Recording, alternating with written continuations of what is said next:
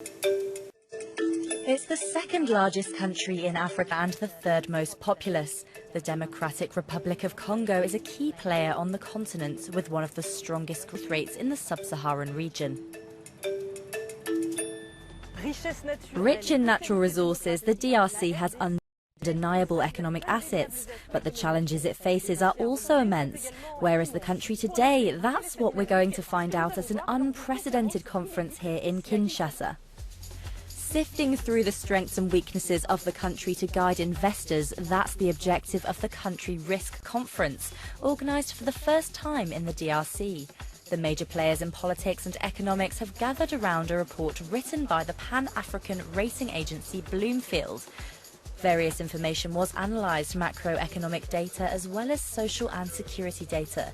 In the end, the country was given a rating of 5.1 out of 10.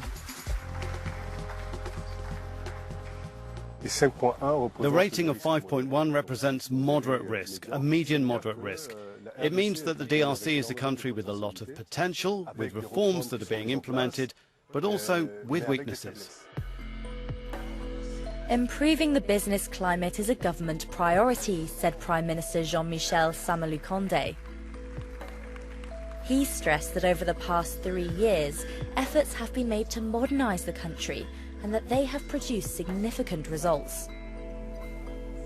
And the Minister of Finance is determined to continue this dynamic of change. In terms of public finance, we have an extremely ambitious roadmap that we're implementing as part of the programme with the IMF. It's essentially to improve revenue transparency, tax reforms to create a more favourable business environment, and also to fight against corruption, particularly through the strengthening of digitalisation in public finance, both in terms of revenue and expenditure. In June 2022, the DRC obtained its first sovereign financial rating in local currency from Bloomfield. Previously, the international agency Standard & Poor had already upgraded the country's rating from CCC+ with a positive outlook to B- with a stable outlook. Moody's changed its rating outlook a year ago from stable to positive, indicating a possible rating upgrade. For the first time last year, bond reserves increased just due to the functioning of the economy. This is very important because the increase in reserves allows us to strengthen the macroeconomic stability of the country. Efforts are also being made in terms of infrastructure. This summer, the authorities inaugurated a new water treatment plant in Kinshasa, built in partnership with South Korea. The Lemba Imbu plant treats 35,000 metres squared of water per day. Eventually, the number of inhabitants with access to drinking water will be significantly increased. At the end of the third phase, the plant will have to serve a population of 3 million people by 2026, 2027.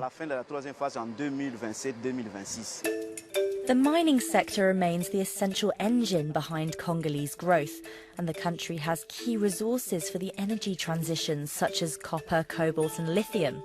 The ERG Group is one of the largest investors in these activities.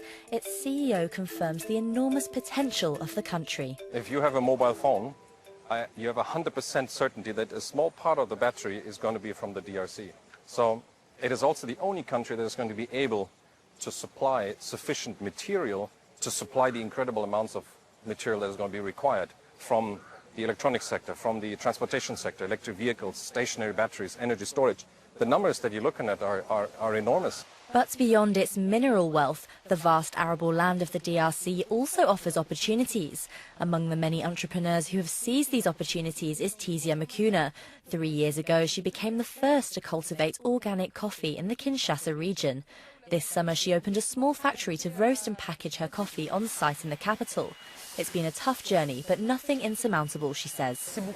A lot of ambition. It requires a rather stable ecosystem. Take the case of the plantation. When it rains, the roads leading to the plantation are immediately unusable. So this is all part of the ecosystem that adds difficulties for the company. But it's not impossible. The proof is that today we are present in 4 cities across Congo.